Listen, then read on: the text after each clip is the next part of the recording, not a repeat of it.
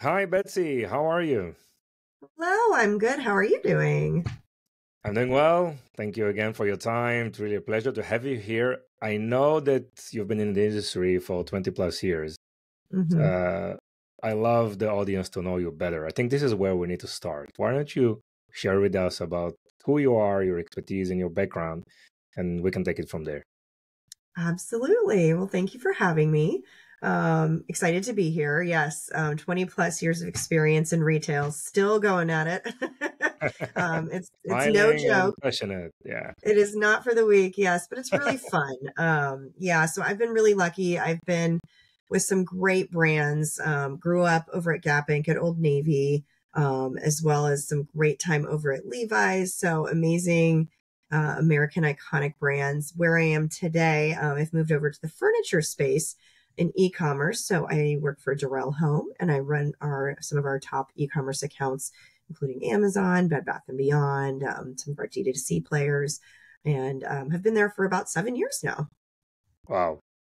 I mean, Durell is really huge. It's like big Mhm. company, right? Billions of dollars in furniture. Oh, yeah, it's we have been around for decades. We are a furniture manufacturer, one of the largest in North America. We service and sell to customers across the board, from small stores to big box retailers, so Walmart, Target, Wayfair, Amazon.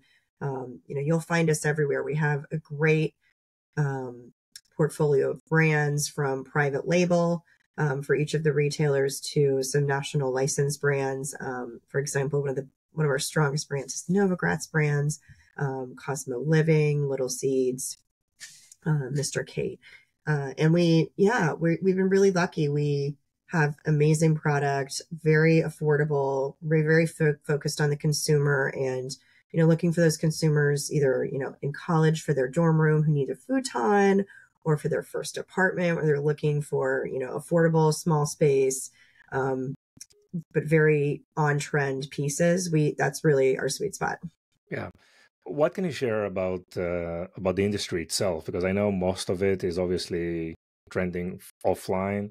Obviously, COVID has a Yes. huge impact of transforming this industry. Where we are Mhm. in 2024 with the furniture industry in the US. Absolutely. It has been a ride the past few years. We'll put it that way.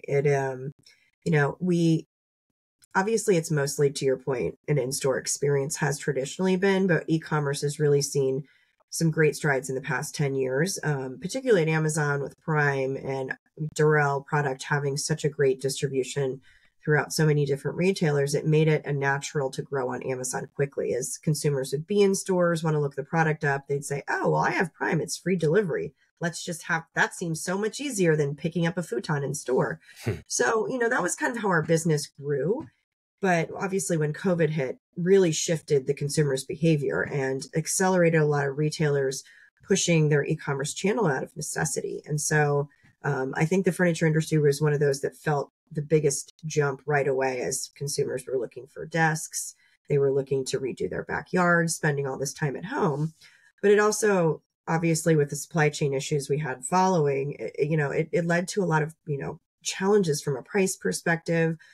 It pulled people buying up product, from that normal timeline they would. So say you were due for a new mattress in the next few years. Well, considering the fact that you were at home all the time, you might have pulled that purchase up. So it really wasn't just an ad, it was a trade off or a pull up. And so it's led, the past couple years since COVID being a little difficult. So a lot of inventory out in the market, a lot of sales, which is great for the consumer, but for suppliers, manufacturers, and retailers, it's really been an inventory game. Yeah. And I do think that we're now to the point where it's balanced out a bit more, and there is a lot more competition, particularly in the opening price point space. But consumers are always going to be looking for new product, looking for something that's on trend, and that's really where we're focusing now: is what can we give that consumer above the basic, you know, piece of furniture that they're just buying that they've always seen around. They're looking for something new now. They're looking for an update. Even if they bought a desk a few years ago, we're finding that they're looking, for something a little bigger now and something a little more solid and permanent versus what Mhm. they might have bought 3 years ago. Yeah. Yeah. Oh, it's very interesting. So your role, you're SVP of e-commerce sales. So what's your Correct. role? What are your main KPIs and what are the your Yeah. targets? So I oversee the biggest account I oversee for is our Amazon account. So we partner with them on first party. We're one of their top vendors, and I oversee that along with the Bed Bath and Beyond account, and then some of our D2C Hmm. accounts. And really, what I do is I run. I'm in charge of the relationships between our retailers and Durel and driving our business, so our KPIs from all of our marketing to our forecasting, supply chain, operations in our warehouses. We're really seeing the overall account from soup to nuts. So how we execute on a daily basis through promotions, through search, all the way to what are the products that we're bringing in the next 6-9 months to a year, and what's our total brand story, what's our portfolio looking like, who are the consumers we're going after, where are the white spaces in the market, who are the competitors out there. So we're really overseeing the entire business. Yes. And obviously, there are various, let's say, customers or markets, segments that you target, right? You mentioned Mm-hmm. First P on Amazon as a wholesaler, but obviously, Mm-hmm. so Yes. that's maybe let's call it wholesaling and or more of a B2B type of strategy. And you mentioned other marketplaces as well. So can Yes. you give us more information about the various, B2B, B2C type of, initiatives that you have? Yeah. So for us right now, it's really a big focus for us across the board is giving the consumer newness and giving our retailers newness. There was definitely a challenge during COVID when container prices were really high. Yeah. Developing new product just didn't make a lot of sense. It would cost so much to bring in a new sofa that you can only fit 10 in a container. The cost that you would have to put on these, Mm. to take a $3,000 increase in just what the container cost didn't make any sense. So there was definitely a break, at least for us. And we also saw this in the market with competitors on a slowdown of innovation. And so for us, that's a big focus for us right now is getting back that innovation, giving the consumer, updated products, functions, functionality, colorways, all kinds of new finishes, anything you can think about. That's what we're trying to offer at this point. Because we do feel like there was a bit of a lag there just across the board for the market. And the things that we've introduced have gotten really great reception from our consumer and our retailers. So that's the biggest thing that we're focusing on, particularly in our wholesale and first party relationships. The other piece is ensuring we're profitable. And so making sure that our retailers are profitable, because obviously when you had cost increases and we've seen, prices in the market jump out there for all consumers, everyone's price sensitive right now. It's very important to Yeah. ensure that we're giving high quality but high value product to consumer that they can afford and that makes sense for where they are in their life stage. Yes. And you mentioned profitability, obviously, is a hot topic for everyone these days, right? Very. And cost of acquisition is going high. ROAS are not as they used to be. And you mentioned some of the private labels that you do as well. Do you see any Mhm. change, obviously, in profitability for your products? Some of the things that Mhm. maybe worked in the past, but let's say you need to be more creative today to to try to promote them and sell them. Any changes that you see in terms of product Yeah, I offerings? mean, we're really working with our retail partners closer, and that's the biggest thing is Mhm. having these conversations, understanding where the challenges lie, because we don't always have full visibility to that, and things from just on what carriers are being chosen, particularly for items that are really big for us. So we have some items that come in multi boxes.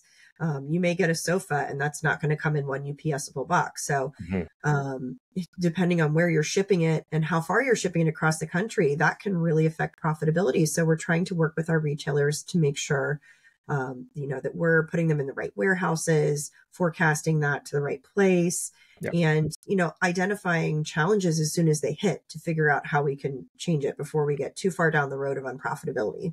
Yes. Yes.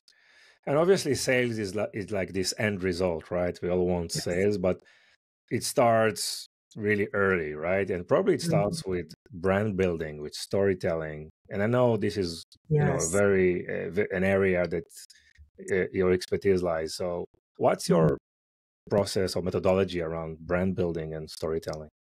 Love this question. So I'm very passionate about storytelling. That Yeah. I think is the main one of the favorite things that I've learned and my favorite skill across where I've been with all retailers. So really starting at Old Navy, talking about the product and how you're surprising and delighting the consumer, and moving into Levi's with such an iconic American brand. It's just so our history there was so great. Our legacy, it's just something that you can't replicate easily with other brands. So it was really important for us to storytell and why these things are important. And some of the, we were some of the first in sustainability from a fabric perspective, and explaining how we're integrating that into new product and into our fabrications. And so I really learned that there. And you can do that a lot easier in store with signage when you have an associate there that's able to talk to the consumer and engage them and explain to them why this is different, why this is unique, why this product is special.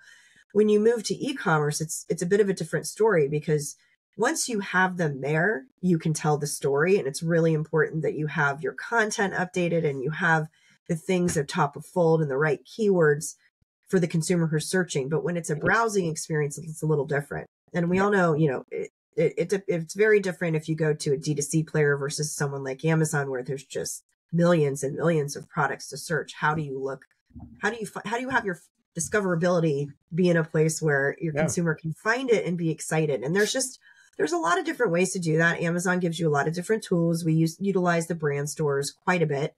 We drive a lot of traffic there. We think that's a really great place to have it. And we have really great partners as well. Some of our licensed brands, they send a lot of great traffic to our site, to their own sites, B2C as well. But that's where we use a lot of the storytelling, and anything that we can tell in the story, from how this product will be important to the consumer in their own home, why it's important, but to telling our story about Durel Home, who, they probably haven't heard of. They've heard of our brands, but they've not heard of us. So it's really important for them to tell us we've been around for, decades. We test all of our products. We make sure everything that we give the consumer is on trend, high quality, high value.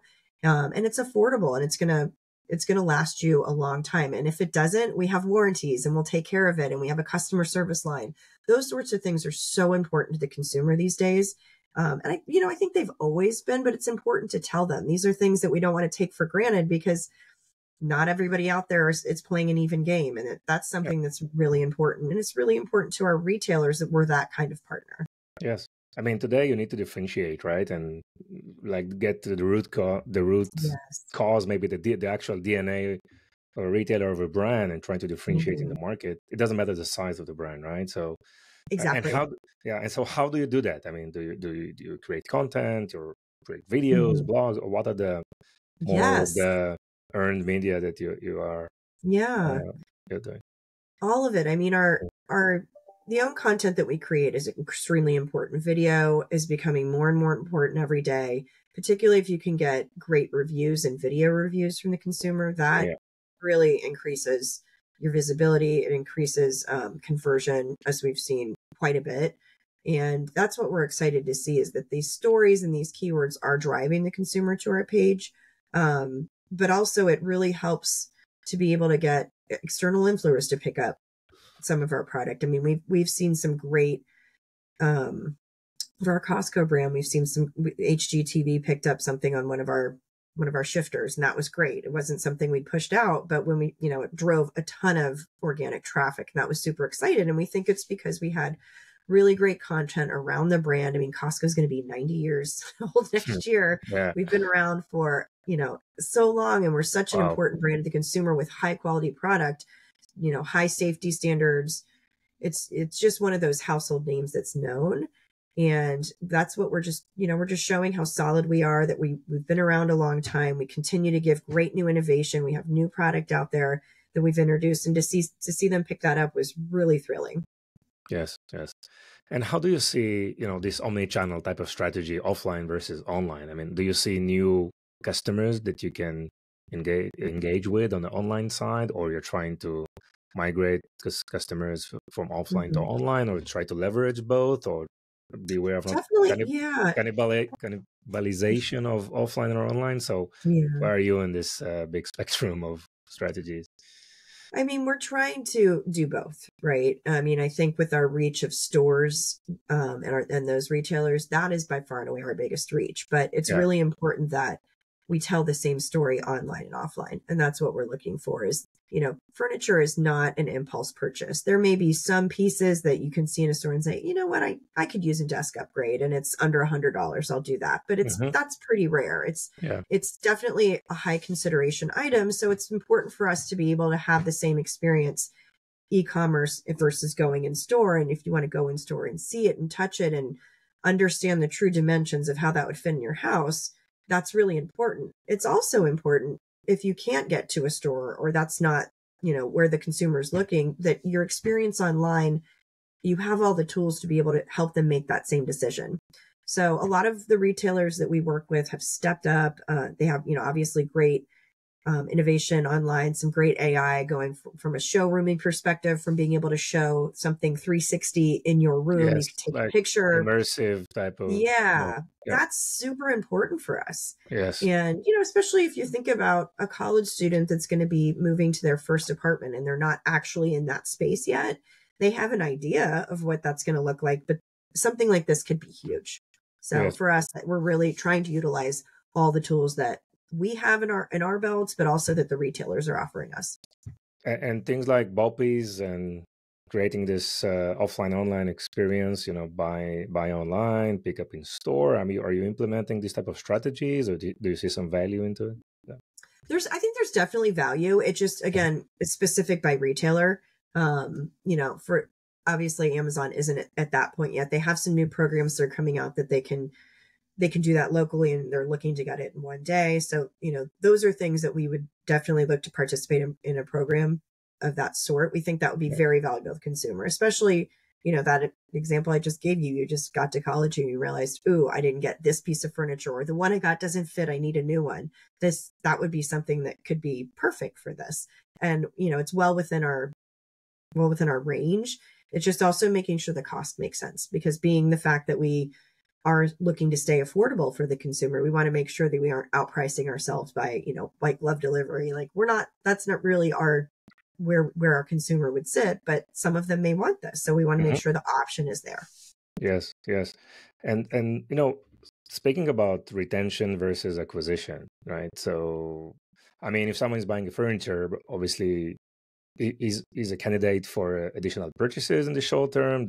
Is it important to you? Are you what are your strategies for retention specifically? Yeah, we can look at it several ways. So one of the ways we do look at it is bundling. So for us, we sell product for every single room in your house. We inside and outside, indoor furniture, outdoor furniture. So when you think about a product like beds is one of our top categories, as is mattresses. We like to offer bundles where you can get the bed with the mattress. That makes sense. The crib with the baby mattress. Very easy. Things like that. The retailers are great at partnering with us on bundling, getting promotions around that piece. But additionally for us, it's about, we sell to every room in the house. So you may buy something for your nursery, and that's where you get introduced to us as a brand, or multiple brands. You may buy a safety first mattress, but then you may decide to buy a dresser from a Merwood Home, and they all fit together and they all match. However, we just want to have that great quality and experience, so they know they can come back and say, I'm going to need a new couch or sofa, or I'm looking for an outdoor conversation set. We can offer all that. And that's where we find brand stores really important for us, and able to tie back to collections so that they can see, our suite of brands, where they can find it. And even if it's not on the retail they currently are at, we are at all the major retailers. So you can go and see, something that they may have that's unique to Walmart or unique to Target. They can find something there. Yeah. So it seems that the partnerships activities as part of the business is very, very powerful, right? You mentioned, Amazon, Costco, very, very much. So how is it? What's the some of the best practices, or what are the ways? Is it, obviously there are meetings, but what are some of the tools or the data or the analytics tools that you implement, and how do you gather those insights and make ongoing decisions? Yeah, I mean, the most important thing for us is our partners, and it's being a good partner, servicing them with what they need. What their consumers are asking for, we need to fill that. That's our goal. And our goal is to, bring to the table new innovation that they potentially haven't thought of yet, or that the consumers aren't asking. We have to we have to forecast these sort of things and anticipate what the consumer will need and look at inspiration that we see out in the market and from our suppliers and where we, from our product development teams, where we think the next iteration or the next new idea or big category will be. That's the key that we can give to a lot of our big retailers. But also it's how can we service their consumer best? What are things that we can do that are different from other vendors? And because of our reach and our size, we can offer a lot, and we can offer a lot of great ideas, a lot of great solutions. Just even things like drop shipping from our own warehouses. Like we were one of the first to do that with all of our major retailers and building our warehouses where our major retailers wanted us to be. And while they felt like the most ideal location would be, those are things we can do. And so, partnership is the number one thing for us across the board, to be a top vendor and make sure we're servicing their consumer. But we also want to make sure that we're giving them the best cost. So we really focus on ensuring we're giving them the best product, but they're getting a great cost so that they can keep the price down to the consumer. That's so important right now with everything that we've been experiencing with inflation, high gas prices. We need to show them that we hear the consumer, and that's super important. Yes, and there will also feedback about future requirements like product development, how product development works in your domain. Yeah. I mean, we have a great product development team, and we have high talent there. It's a top focus for us. And that's really, I think, the key of staying in the business as long as we have, and staying in the game and continuing to have bestsellers on all of our retailer websites. You can't do it without good product. It comes down to that. It has to be product the consumer wants, that resonates with them, that's on trend, that they love. And it has to be good quality. I mean, you can't buy a sofa or a mattress online and get it home and not have it be comfortable. Like those are all the things that our product development team is nailing, and they're constantly looking for better and constantly looking for new partners who can deliver them even better innovation and sustainability and all of the things that are important to the consumer. Yes, interesting. So I would like to jump maybe to the back end side of the business, and Great. obviously supply chain, warehousing, shipping. We have the Yeah. Red Sea blockage, right? So I mean, every time there is something new, right? And I know there is a lot of focus there because every percentage of a change has a direct impact on cash flow and net profits. What are some of the things that you currently focus on in terms of, let's say, cost reduction or optimization of your supply chains and warehousing?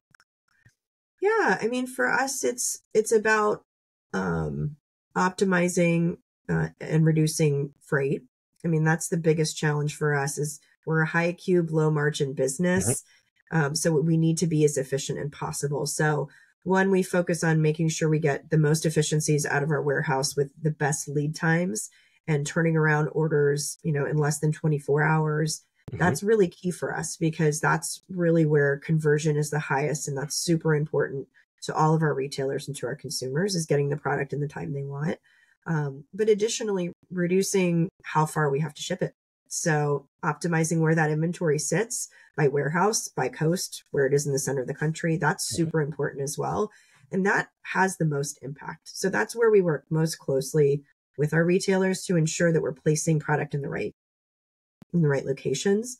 And then additionally, looking at what's been happening with a lot of marketing prices out there, and prices have come down quite a bit for most furniture categories, which is a great thing. But we also need to make sure we're staying up to date on our supplier base and having the best cost. So in some cases, that may mean moving suppliers, moving countries of origin, and finding the best place to get a great cost. However, we also want to balance that with how quickly we can get the product. So it may make more sense in some cases to produce this product closer because we need more continuous output. We need to make sure the consumer is able to get it all the time, and the retailers can stay in stock. So we try and balance that with them as well. Yeah, I mean, it's probably a huge challenge with the number of SKUs out there and the different regions and 24 hours, like Q-commerce type of business, right? So I guess it's something that you monitor 24/7 and try to improve always. So definitely in this time, during 2024. I know you've been in the business for so many years, and I'm really interested in what are your thoughts on, the new trends maybe, or some interesting things that you see maybe on the Hmm. marketing side, on the industry, or supply chain. What are Yeah. some of the unique things that you see right now that are maybe opportunity, but also as a threat, right? That Hmm. need to be prepared for. I mean, I think obviously everyone's talking about AI, right? I mean, it's Okay. such an opportunity. And I think there's a lot of concern out there. It is a threat as well. And I understand that too. But the way that I look at this is it's only going to improve the consumer experience. I mean, things that we can do to improve how the consumer finds product, and especially on the e-commerce side, knowing that I'm working with Amazon every day, to be able to get my voice out there for my brand, it's just more and more of a challenge. So Mm. to me, I look at it as it's going to be much more of an opportunity than a threat. And additionally, if I look at it, how I can use it to improve the efficiencies of my team. I mean, e-commerce is just it's a very high data driven world, but it's also very high input. So it's a lot of work, right? It takes a Yeah. lot to keep the lights on. And to me, if I can take some of this and automate it or use AI so that it can help it make smarter and quicker decisions and move the process sooner, then it frees my people up to actually think and become strategic and think about how we're going to tackle these bigger issues and spend more times on the relationships with our Hmm. retailers. Like would be huge. So for me, I see that as more of an opportunity than Yeah. a threat. Um, Do you see yeah, something that is ready for prime time with AI these days? Like I mean, maybe, yeah. I think for us, being slow and steady. Like we don't want to pull the trigger without fully understanding what it can Hmm. do because it could, have a negative impact. We have over 3,000 products on Amazon, for instance. Like I want to make sure if we're turning something on, it's, Wow. there's no Yeah. risk there that content could all of a sudden be wrong or it's feeding something, so we're testing, we're in still the testing phases and trying a few things out. But so far what we've seen is really enlightening and exciting. And I think it's going to open up a lot of opportunities for us that we didn't consider before. Got it. And Betsy, as a leader in the industry for many years, how do you see the future of work or staffing in the industry, in retail and e-commerce? With Gen Zs coming into the pictures, what do you think about the workforce in e-commerce and in retail? Yeah, I mean, I think it's going to change, but it's just going to change what we're doing and how we're doing it. It's not going to change who is there. You're always going to need, fresh eyes. You're always going to need to have a point of view on who the current consumer is. And that's never going to change. You're always going to want that. You're going to want that energy. You're going to need that hunger. And I think it's just, what I was doing when I entered and putting up racks of clothing and sorting samples and things like that may be a little different than what someone is coming into the market now. And Yeah. it's obviously they have a laptop they're taking home. They're going to be using AI, and that would have blown my mind thinking about that 20 years ago. But it's still about getting in and working hard and learning from mentors and being around others. And I think the biggest shift that I would see is just the in-office versus remote. Things are shifting back to the office, and as I think they should.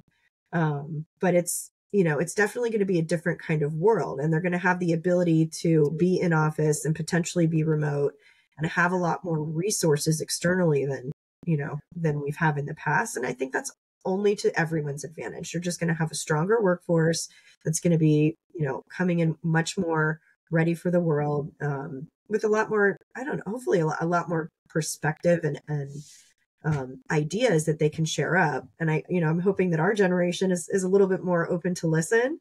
Yeah, yeah. We But need to with how change as fast well, right? yeah, I mean, the world is so much faster now and it's only going to get quicker and quicker. So we Yeah. have to be able to adapt and listen and grow and move quick because the next thing's coming. It'll be tomorrow. Yeah, fast and agile, right? I mean, Oh, exactly. Exactly. and hey, you're so optimistic. I mean, it's really nice. Oh, thank you. Well, Very I nice. try. Yeah. Yeah. I mean, it's one of those things where retail is just, it can be a grind. And there are days where it's, you're just scratching your head and thinking, what am I going to do about this? But you're never bored. We're never bored. There's always something going on. So Yeah. never a dull moment. So, assuming other e-commerce leaders are listening to us, or maybe new professionals are joining the industry, what are some of the tips that you can share, from your experience in your career? Absolutely. I think for me, I really learned a lot by listening and observing. Mm. By nature, I'm more on the shy side, and I really grew into loving presenting and getting up and presenting a line and telling that story and having that energy, but it took time.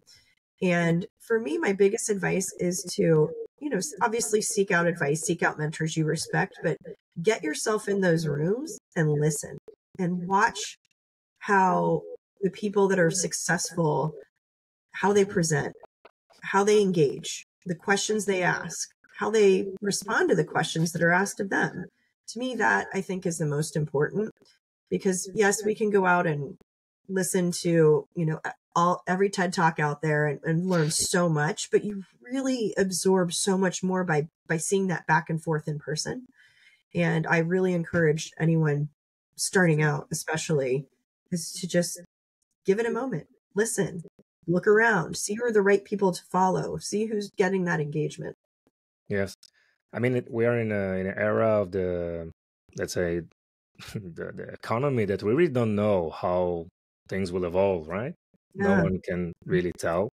It's Hmm. new, and I think you need to be very open-minded, very flexible and agile, and learn always new skill set in order to be relevant, right? So that's I think it's quite becoming really fundamental for all of us.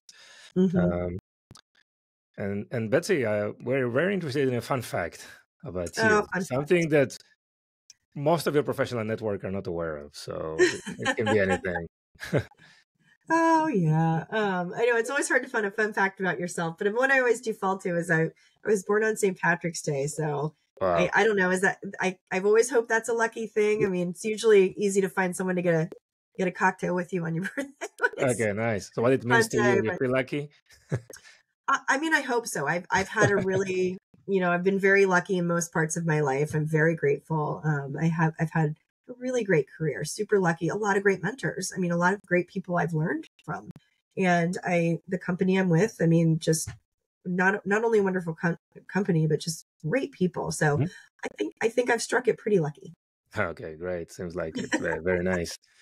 Betsy, anything else you want to add maybe or ask?